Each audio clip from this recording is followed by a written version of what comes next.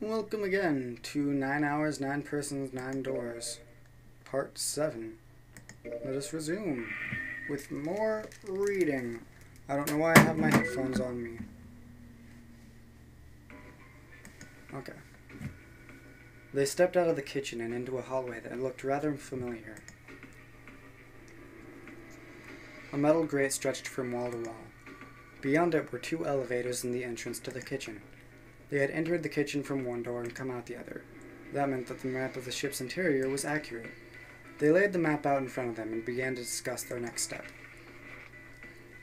There were 4 possible routes: A, B, C, and D. First, A and B. A and B both seemed to connect to an L-shaped room. However, the 2 doors that led to the room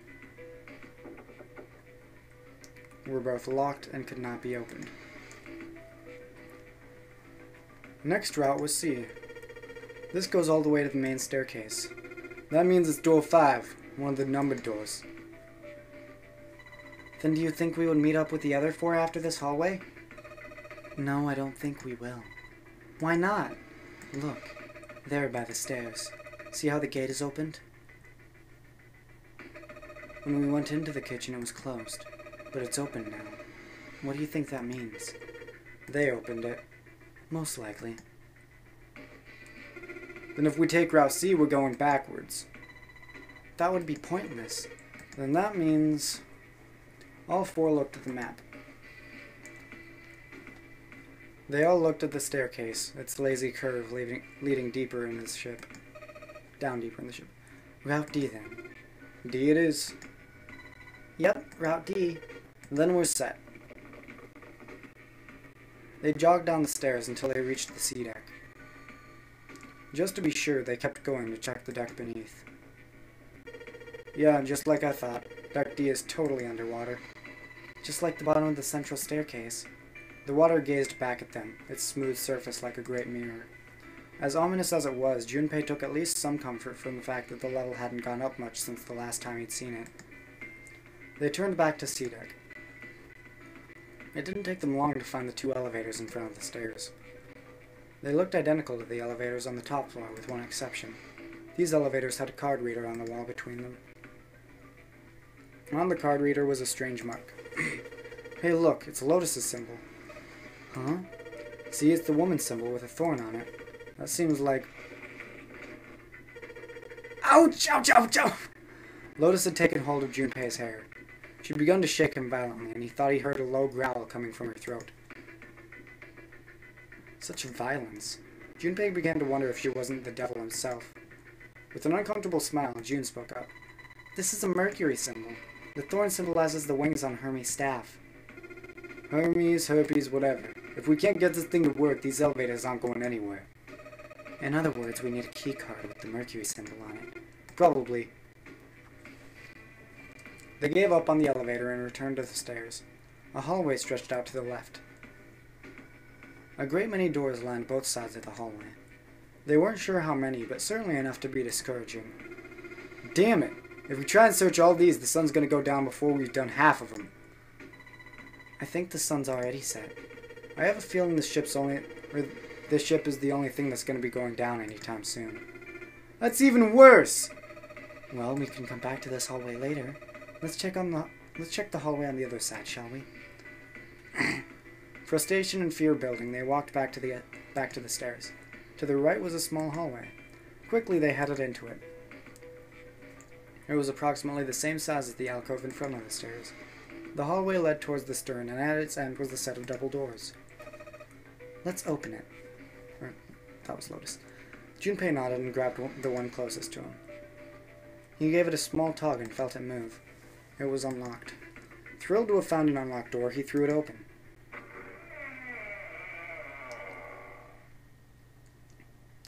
Junpei didn't know what to make of what he saw.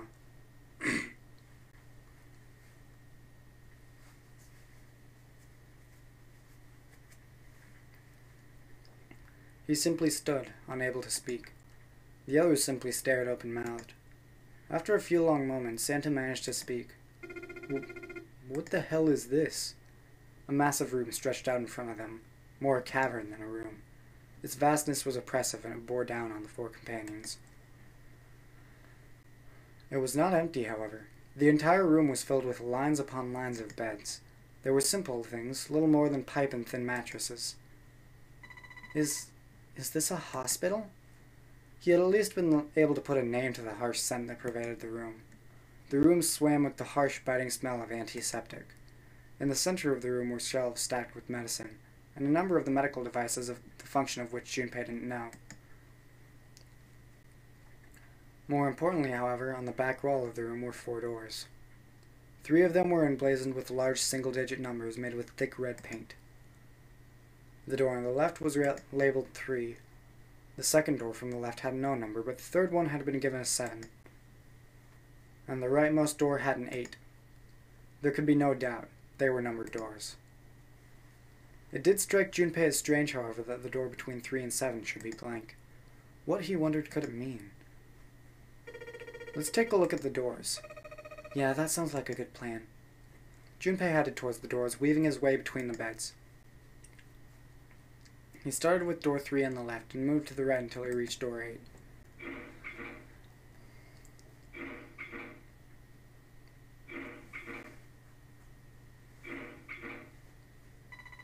It's no use. Well, of course. If it was that easy to open these doors, what would be the point of the nonary game? We have to activate the red or the numbered doors won't. Wait a minute.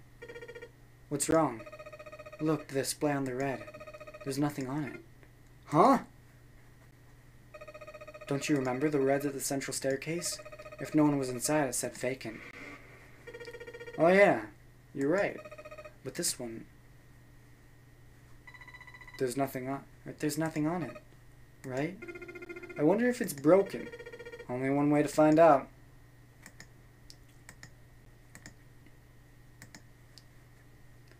It didn't respond. All 4 took their turns placing their hands over the red, but it refused to respond. They pulled at the lever and still it did nothing.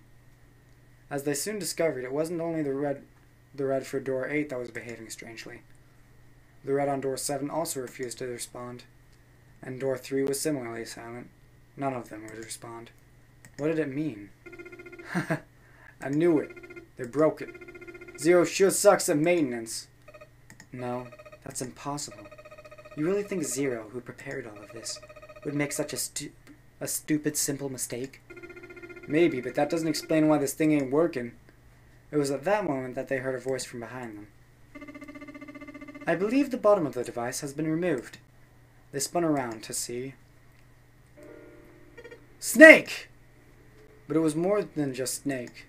Ace, Clover, and Seven had quickly filed into the room as well. Although they were glad to see one another, it wasn't terribly surprising that they had. If it had been the other party who had opened the gate in front of the kitchen, it wasn't unreasonable that they'd bumped into one another eventually.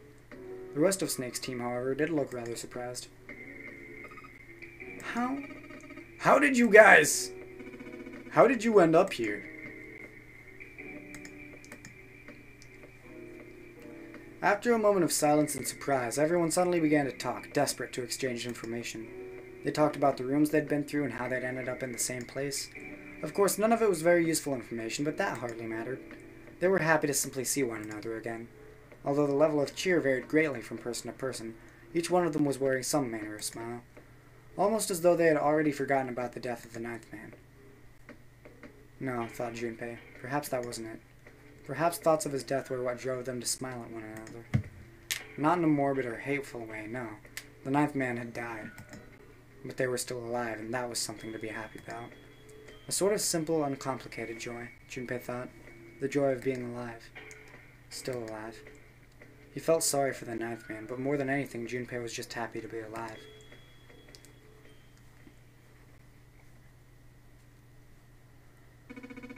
There you have it. Our half of the... that's Ace. Our half of the story. His part finished, Ace fell silent. For a moment, Junpei was silent in thought. Then he spoke. Okay, let me see if I've got all this straight. When you guys got here, the bases for the reds were already gone. And you looked all over the room, but you couldn't find anything. So you figured that there might be something in the hallway and with all the doors. So you went and had a look. Yeah. And while you were looking around, you heard voices. Uh-huh. So you followed the voices and came back here. Indeed. And that was how we found you. Junpei examined the 3 reds again, just in case. On the bottom of each was a long, thin gap. It looked like a slot for something. Probably something electronic.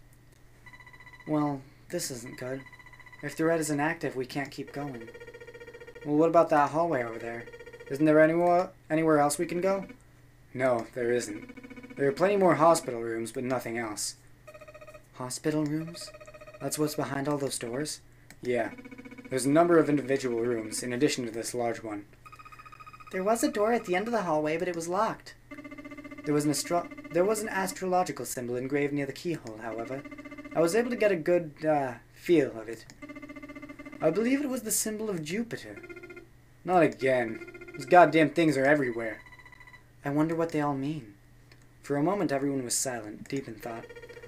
While we're asking what things mean, what's the deal with this room? I mean, I thought that this was a cruise ship, but I can't imagine a cruise ship would have a hospital like this. Of all the people, it was 7 who answered, and with a calm confidence. Well, I figure it's probably a hospital ship. Chances are it's the Gigantic. The Gigantic? Junpei looked confused. So did everyone else. What is this Gigantic? 7 knit his brows for a moment, and then began to explain. The Gigantic... He explained that she had been a sister ship to the Titanic, built in the early 20th century. The Titanic had 2 sister ships who were identical to one another in nearly every aspect. The Gigantic was said to be one of them. She was initially intended to be a passenger liner, like the Titanic, but soon after the ship was launched, the First World War began, and she was pressed into duty by the British Navy as a hospital ship. Sometime later, the Gigantic was damaged by a German mine in the Aegean Sea. She managed to run aground after the incident, and consequently was not sunk. What then happened to the Gigantic after her fateful encounter in the Aegean Sea? One theory ran that a man named Lord Gourdane purchased her. Lord Gourdane, it seemed, had been one of the few survivors of the Titanic tragedy, and that trauma had turned him into an obsessive collector of all things related to the Titanic. As his obsession deepened, he began to desire the Titanic itself. That, of course, was impossible. The Titanic lay at the bottom of the Atlantic Ocean. The Gigantic, however, had not suffered such a dire fate, and as she was identical to her sister ship, she caught Lord Gourdane's eye. So you're saying this Lord Gourdane bought the ship? Yeah, at least I think I am. That's impossible! No way we're in some boat that's almost 100 years old. Pipe down, just pay attention. What, that's it? Well, have you got any proof? Proof? Proof that this ship is really the Gigantic. Well, this ship's got stuff that's like the Titanic and a hospital ship, so I just figured... Oh, for goodness. Don't tell me that's your only reason. No, I've got more. Like? Well, I mean... Someone looked around, desperately, doing anything to avoid meeting Lois's piercing stare. He scratched his head for a moment, then gave up. Sorry. I don't know. Lotus sighed and shook her head. I guess your memory's not back yet, is it? Yeah, sorry about that. Hey, wait a minute! Memory isn't back? Junpei was, he felt, legitimately shocked by what seemed to be new and very important information. Everyone else, however, seemed unimpressed. In fact, they all looked at Junpei as though he had said something very strange. He decided to revise his attitude for the next question. Wait, was I the only one that didn't know? Everyone nodded. Why? Oh yeah, I guess you didn't tell you, huh? I told the rest of them before we ran into you on the stairs. I told them I couldn't remember a damn thing from before I woke up. What? Then, almost as if to save Junpei from further embarrassment.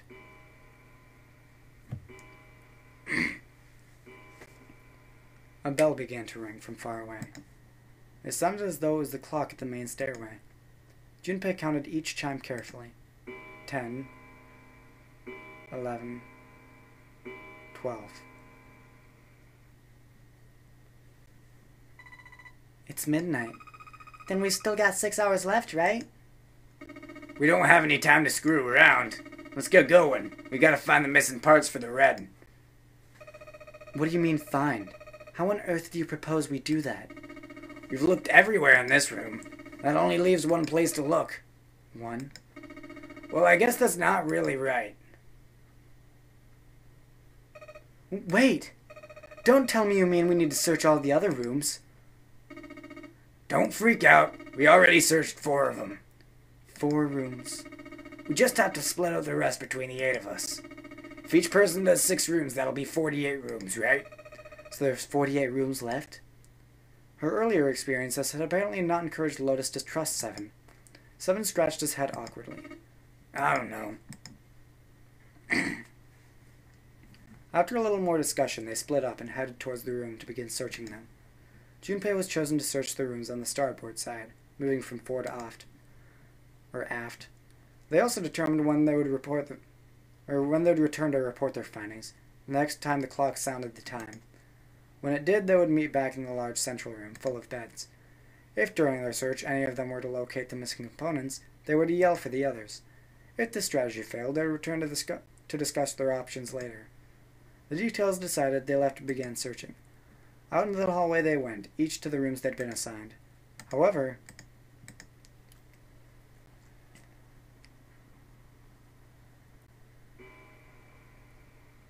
from far away, Junpei heard the bell ring. It did so only once. It was 1 a.m.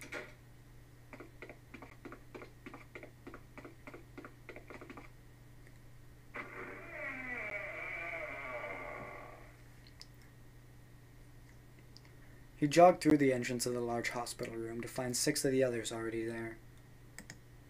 Ace, Santa, Clover, June, Seven, and Lotus. They'd gathered in front of the door numbered 8.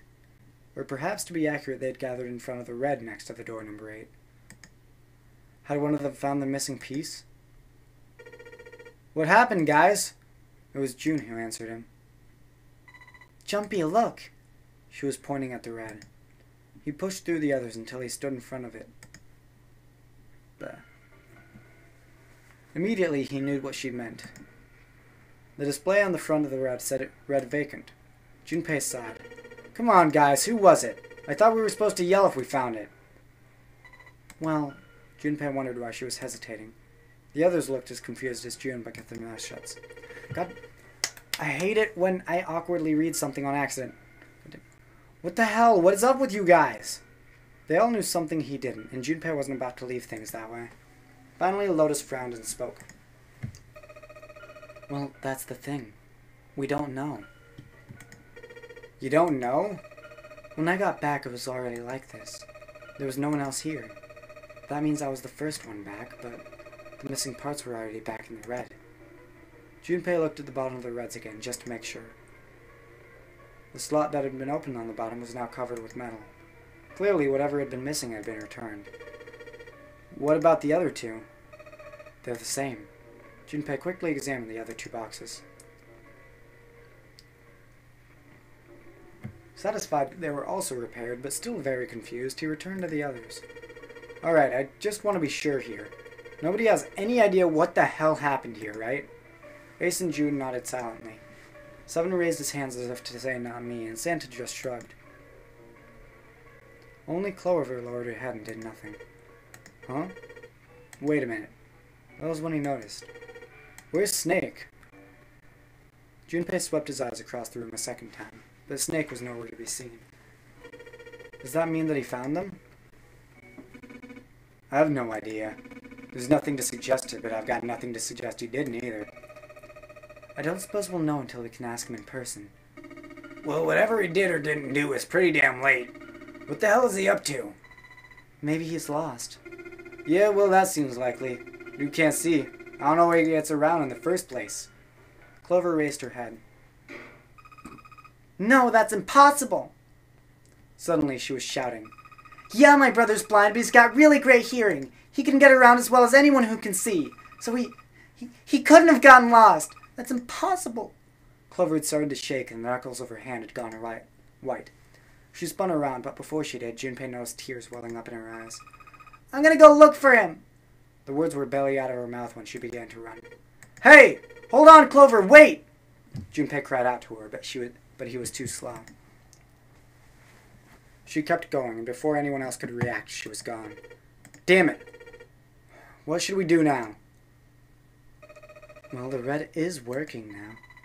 No, we're not leaving 2 people behind. We should go look for them. Oh man, this ain't good.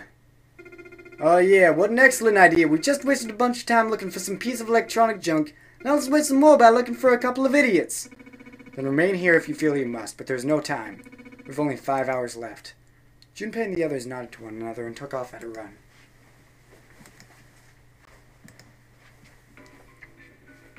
In front of the stairs that led to B deck, they decided to split up.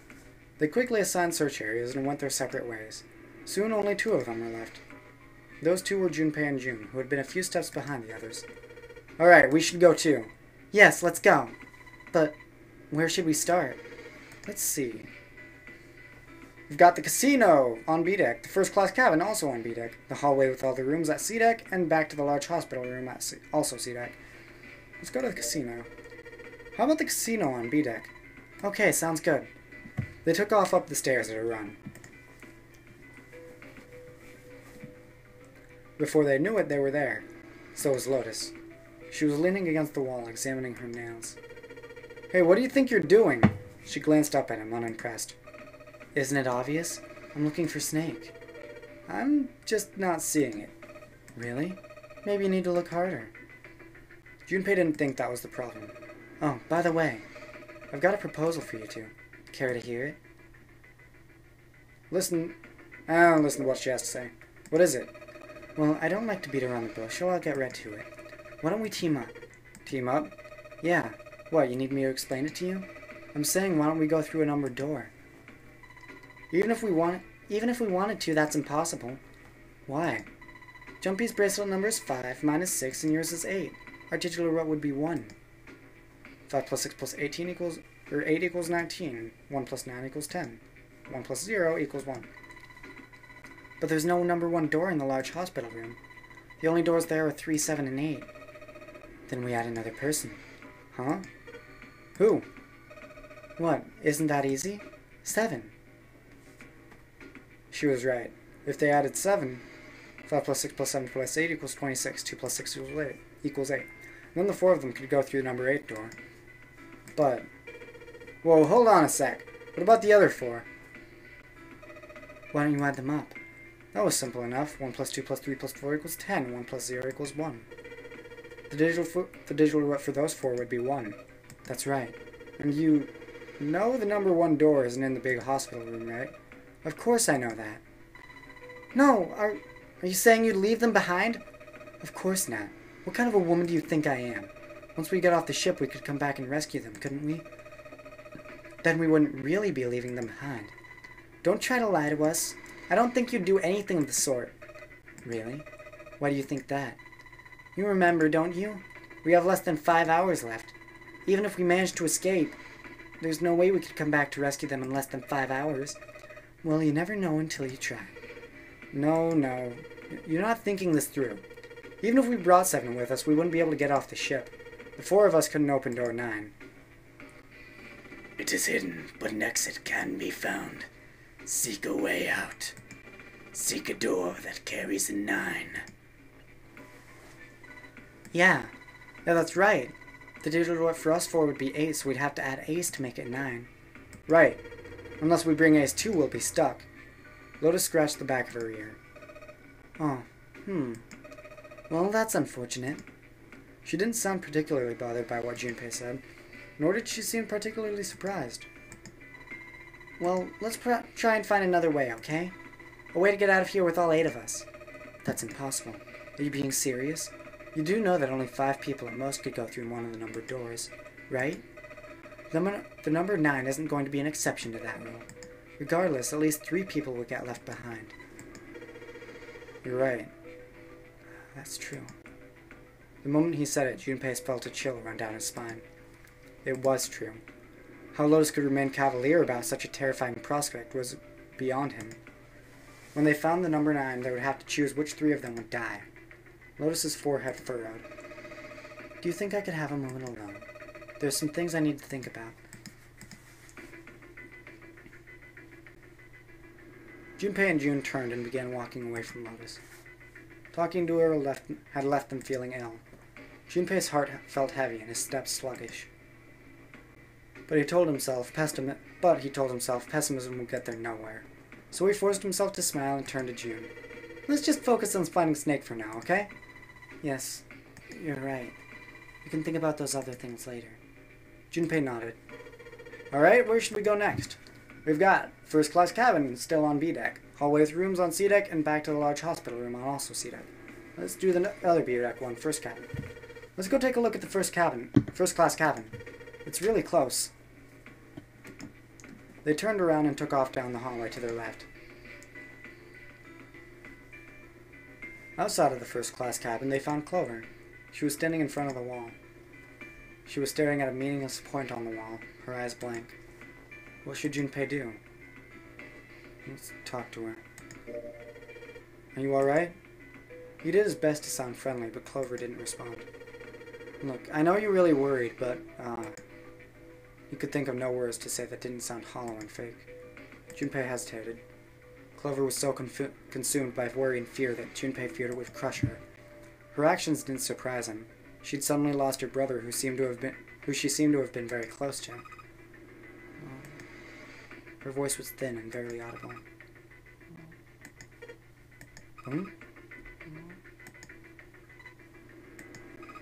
I said leave me alone! Suddenly she was screaming. You're so annoying! Just go away and leave me alone! Just looking at you guys is pissing me off!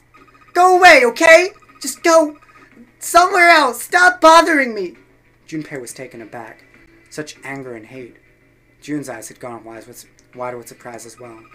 Why are you still here? Didn't you hear me? Fine, forget it. If you aren't gonna leave, then I'll just... Alright, let's go, June. Yeah. They turned and left Clover. As they did, Junpei glanced back over his shoulder to see Clover wiping tears from her face. Clover had driven home the misery of their situation, but Junpei told himself that getting depressed would get him nowhere but depressed. For Clover's sake, they had to find Snake, and fast. He did his best to push away the misery and depression, and forced a smile. So, where do you think we should go next? Let's go to the hallway with all the rooms, on C deck. Hey, why don't we go back to C deck? We can take a look at that hallway with all the rooms. Okay, let's get going then. Together they ran down the stairs. Together forever you'll be in my heart. Anyway, ahead of them, farther down the hallway, they spotted Ace. Hey, Snake! Where are you? Answer me if you're there! Junpei paused. What did he want to do? Run to Ace. With June in tow, Junpei jogged up to Ace. I don't know what word it said because I was glancing over it. Hearing their footsteps, he turned to greet them. Ah, hello there. Snake is... Well, that's obvious, isn't it? I assume you haven't found him yet either. Junpei nodded. I really wonder where he could have gone. Well, wherever he's disappeared to, we must find him as quickly as we can, for Clover's sake. Right. Junpei's face looked kinda enraptured. By the way, do you think Clover and Snake are really siblings? Why would you say that? Why would you say that? The question seems somehow odd to Junpei. Why? Well, it's obvious, isn't it? They don't look alike at all. Ace looked at him for a moment, then spoke. Yes, you know, now that you mention it, they don't. Now that you mention it? Still, there are a great many siblings who don't look like one another. It certainly isn't rare. Junpei wasn't sure why, or even if he was seeing what he thought he was, but he could have sworn that Ace's face tightened as he spoke. At any rate, we really must find Snake as soon as possible. The clock is ticking. We can't really afford to waste any time. Very well. Let's get back to the search, shall we? You can leave this area to me. Alright. Let's go, Jumpy. At June's urging, they left. They found themselves back at the stairs, but Junpei's mind was in turmoil. There was so much to think about, but... No, it would have to be put aside for now. As Ace had said, finding Snake was their top priority. Junpei did his best to clear his mind. Alright, where should we go next? Let's go back to the large hospital room, because it's the only place we haven't checked. Why don't we go back to the big hospital room? Okay, let's go then. They turned and headed back towards the large hospital room. On their way to the large hospital room, Junpei and June noticed Santa standing next to the number 3 door. Junpei paused. What should Junpei do? Talk to him. Talk to everybody! Junpei and June walked up to Santa. What are you doing? What, you can't tell? I'm checking out the red. Why, is there something bothering you? What? It's not bothering you? Huh? The gut's the red. Why wouldn't you wonder who the hell put it back in here? Yeah, that's true. Well, I'm curious too, but... Who do you think did it? Santa's eyes narrowed as he looked at June. She shook her head. I don't know. Well, what about you, Junpei? Who do you think fixed this thing for us? We've got a choice of Snake, Lotus, Zero, or someone other than the 8 of them. I'm going to go with someone other than the 8 of them. Maybe there was someone else on the ship with us. You mean someone hiding here? Yeah. Well, I mean, it's just an idea. And you're saying that this mystery person fixed the Reds? Yeah. Why? That's, I don't know. Santa shoved his hands into his pocket and cracked his knuckles. Seems unlikely. Why? I don't know, just a feeling. Hard to believe Zero would bring in a secret 10th player. I mean, the name of the game is the Nonary game, for Christ's sake. You know what Nonary means, right? It means 9. No, that's not what I meant. I meant more like someone who'd been living here for a long time. Or someone who, like, stayed here. Seriously? That's even more ridiculous. Why do you think Zero would leave them alone? Junpei furrowed his brow. So, in other words, one of us is the person who fixed the Reds. Santa grinned. Bingo. We have a winner. But if that's true, then the person who did it doesn't want the rest of us to know they fixed the Reds. Or they fixed the Reds. Yeah. But why? No idea. Maybe if they come clean on that, it means we'd find out something else. Something bad. Something bad? Don't know. But whatever it is, it's got to be worth hiding. Of course, it could have something to do with Snake's disappearance. You think maybe they did something to Snake? It's not out of the question. Junpei stared at Santa. There was something about him that made Junpei wary. At first he'd assumed the other man wasn't terribly clever, but Junpei was beginning to think he would need to reevaluate that assessment. When Santa spoke again, his voice was quiet. Look, if you trust anybody in this game, you're gonna lose. You gotta be careful. The person you trust the most could turn out to be the one who stabs you in the back. With that depressing suggestion, he turned and quietly walked away. Junpei and June looked at one another and smiled awkwardly. Where would they go next? We've got now the choice of the other 3 places or finish searching. Let's go back to the casino. Let's go take a look around the casino. Okay. They quickened their pace and headed for the B deck. There was no one there. They had no choice. Junpei and June turned around and headed to a different location. First class cabin? Let's go take a look at the first class cabin. It's really close. Turned around and took off down the hallway to the left. No one was there. Junpei figured they might have more luck somewhere else. But where? Oh hey, there's apparently a new thing for the casino. Oh god. Okay, never mind. I'm thinking of something else. I'm just wasting time now on accident. There was no one there. They had no choice. Junpei and June turned around and headed to a different location. Hallway with all the rooms. Let's go back down. Typo! Yay! Let's got back downstairs and check out that hallway with all the doors.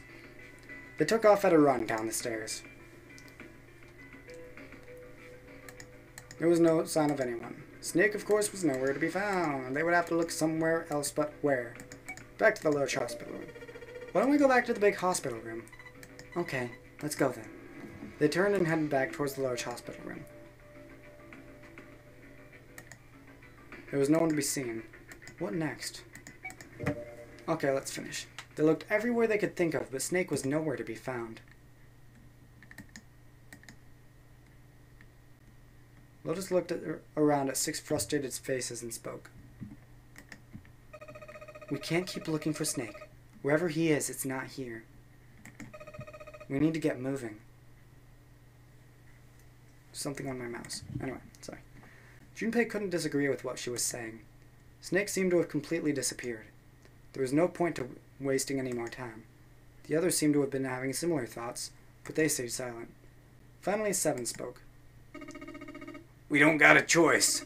Lotus is right. We're not gonna find Snake. There's a problem, though. We've gotta figure out who's gonna go through which door. Yes, I have a proposal. She walked back and forth across the floor, her heels clicking against the wood. Finally, she stopped. Why don't we decide on one person to sacrifice? Sacrifice? Well, perhaps that's a bit of a harsh word, but yes. You've all figured it out by now, haven't you? We can't all make it through those doors. If we split into 2 teams of 4 and 3 people respectively, then 3 people will be left behind. If we split into 2 teams of 5 and 2 respectively, then 2 will be left behind. But if we split into 2 groups of 3 and leave 1 person out, then only 1 person will be left behind.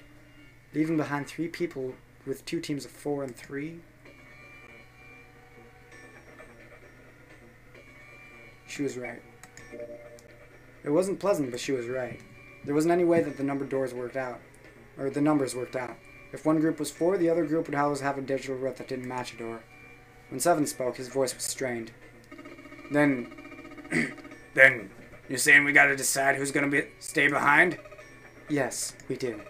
Given our circumstances, it's logically and morally the best solution. If the other 6 are to survive, then 1 person has to sacrifice themselves. No, that's too cruel!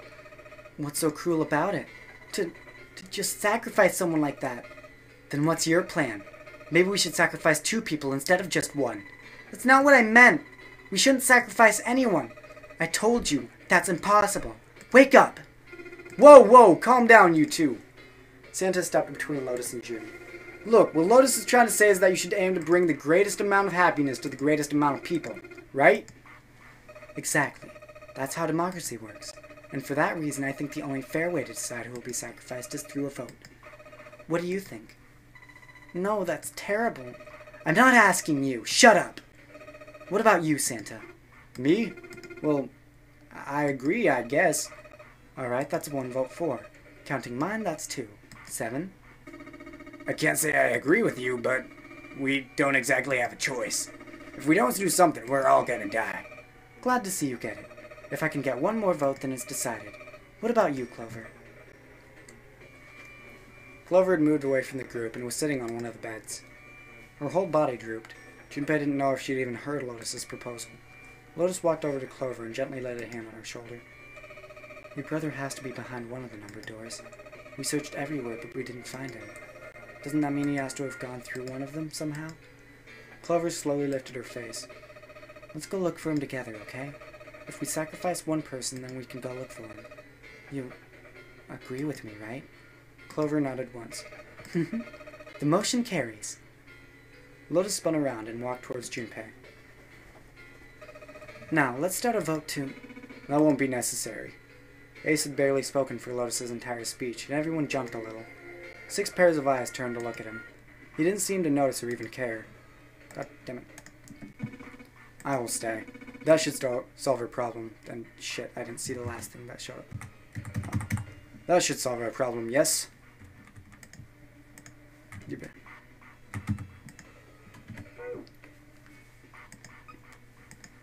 Everyone's got explanation parts. Ace! What are you saying? No, you can't do that. That won't solve anything. June's voice shook and she looked around desperately for someone to agree with her. Ace simply looked at her. June, I'm afraid you may have misunderstood me. I said I'd stay, but I never said I'd sacrifice myself. Huh? I trust you. Each and every one of you. I believe you'll come back for me. Whoa there. Or whoa. There's optimistic, then there's just nuts. Those doors only go one way. You go in, you don't come out. If we go through them, you won't be able to return, correct? Yeah. True, but that will not be the case once you've escaped from the ship. What? What? Please, I beg you, once you've escaped, come back and rescue me. Ideally within the time limit Zero has given us. No, that's ridiculous! There's no way we could get back in time. Finally, Junpei could hold his tongue no longer. We've only got 5 hours left. We don't even know where the hell we are. How on earth are we going to find someone to come and rescue you? Then perhaps you would prefer to stay instead of me. Or perhaps you would be willing to leave Jude behind. Ace's voice was dignified and without a hint of cruelty or malice. Junpei had no rebuttal. You see, there's no other choice. Then I see we've come to our conclusion. Go on. Don't worry yourselves about me. Go! Quickly! Junpei stood frozen by indecision, unable to move. June bit her lip so that Junpei feared she would break the skin. Santa stood against a wall, calm and aloof. Seven tore his beanie from his head and turned it over anxiously in his hands. Only Clover stared at Ace, with an expression Junpei was unable to decipher. Lotus's attitude, however, was different from the others. Good. Let's accept his kind offer, then. She smiled, her eyes bright. Ace answered with a smile of his own. Good. I think this is the best for me. Perhaps I'll be able to take a nap. Perhaps it's my age, but I get so tired so easily these days. As he spoke, Ace lowered himself down to the floor next to one of the beds. From somewhere deep in the ship, Junpei suddenly heard the screeching of metal on metal. It was almost as if the ship were screaming. Would it really hold until their time limit was up? Already D-deck was flooded. In the sudden silence, the only sound was the sad metal wail of the ship. Unsurprisingly, it was Lotus who spoke first. Well, what are you waiting for? We're wasting time. Why don't we hurry it up? As if a spell had been broken, the others all began to talk at once. You're right. We should get going. That's all we can do right now. It's 7. Seriously. Honestly, I was getting kind of sick of listening to you guys talk. You too, Santa? I have to find my brother. Wait, all of you? Let's just calm down and think about this. Excuse me. Anyway, there has to be a way to get everyone out. There has to be. Right, Jumpy? Say something. Yeah, let's think. There's gotta be another way. His words sounded hollow and fake. Fine. Forget about it. I'll figure it out on my own. She spun around and ran towards Ace. He'd slumped down next to the bed when Junpei grabbed his arm and pulled. Come on, Ace. Please stand up. You can't give up yet. We just have to sit down together and think about this. We'll figure out a way that we can all get out of here. Then it happened. Ace fell forward. He slumped over onto the wooden floor, his body folded in half like a boxer out cold. Ace! June cried out and dropped to her knees beside him. She put an arm around his neck and did her best to lift him up. What happened, Ace? Say something! She shook him frantically. His eyes fluttered open. I'm all right. His voice was weak and slightly slurred. How are you fine?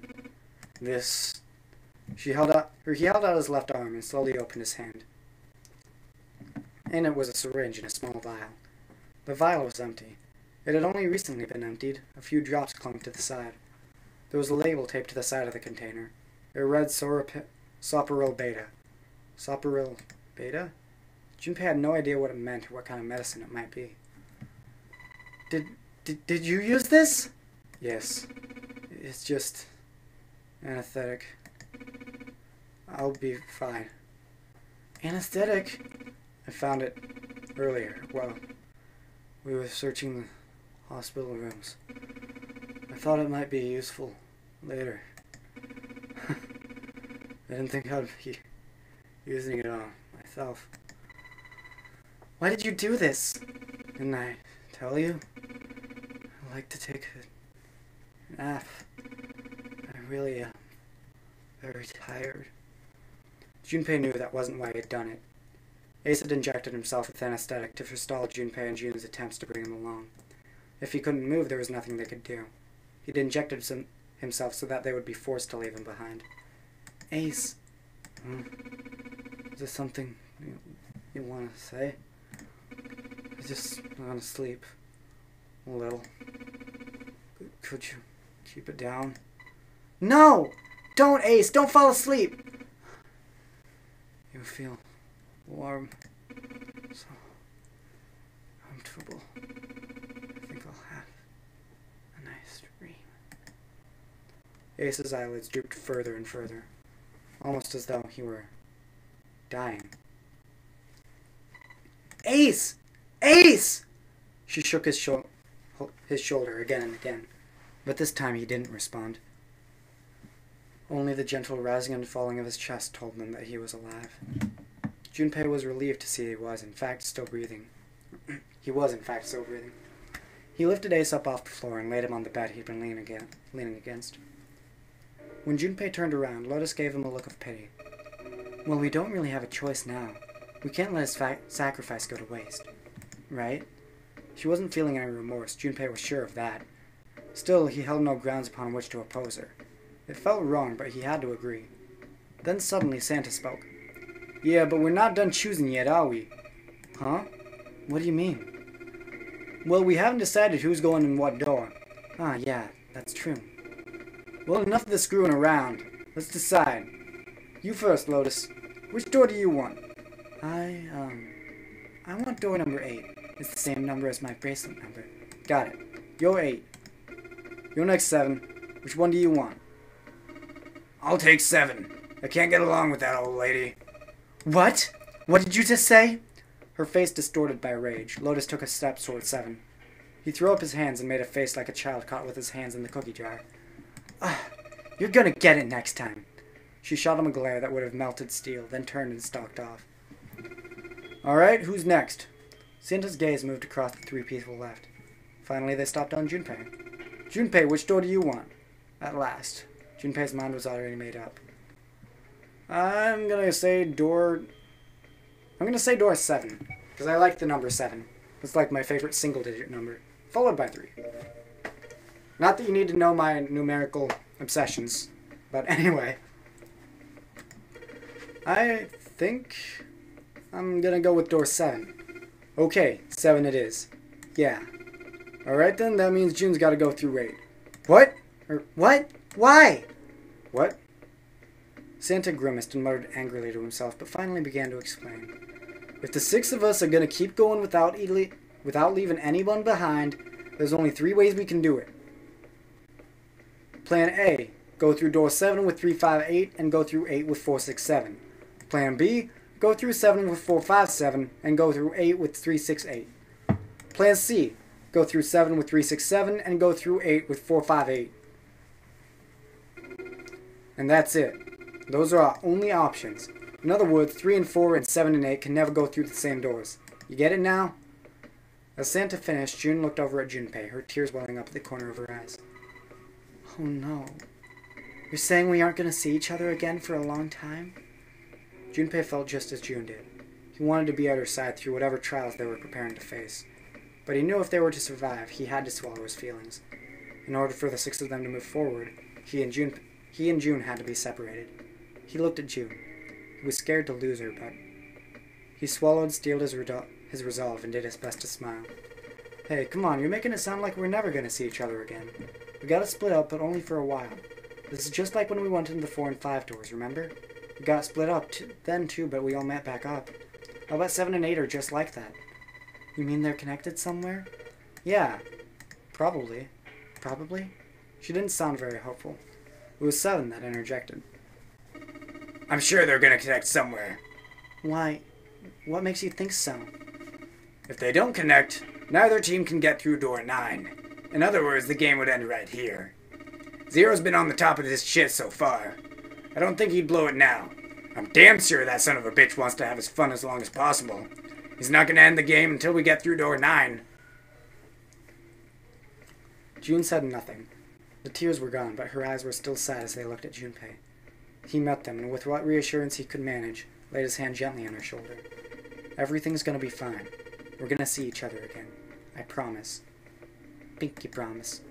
He didn't actually say that, in case you're not watching, but anyway. June bit her lip and gave him an almost imperceptible nod. Yes. Promise? Her voice was barely above a whisper. Santa's voice shattered the moment. Oh, you guys are done, right? He stretched and continued. Anyway, that's pretty much it. Clover and I will both go into separate groups. I figure I'll take 8 and Clover can take 7. Any problems with that, Clover? Clover looked away and was silent for a moment. Whatever. It was more of a dismissal than an agreement, but Santa didn't seem to care. Alright, then we're ready to go. Let's move. At Santa's command, the group split and headed for their respective doors. Clover, 7, and Junpei walked towards door 7. Santa, Lotus, and June headed for door 8. For a long moment they stood in front of the door. 7 took a deep breath. You guys ready? Yeah. Yes. Okay, let's go.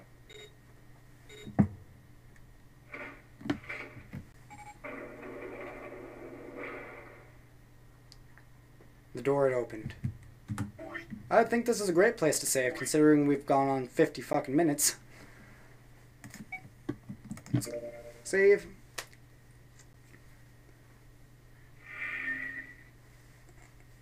And next time on 999, we enter and do the door 7 puzzle/puzzles.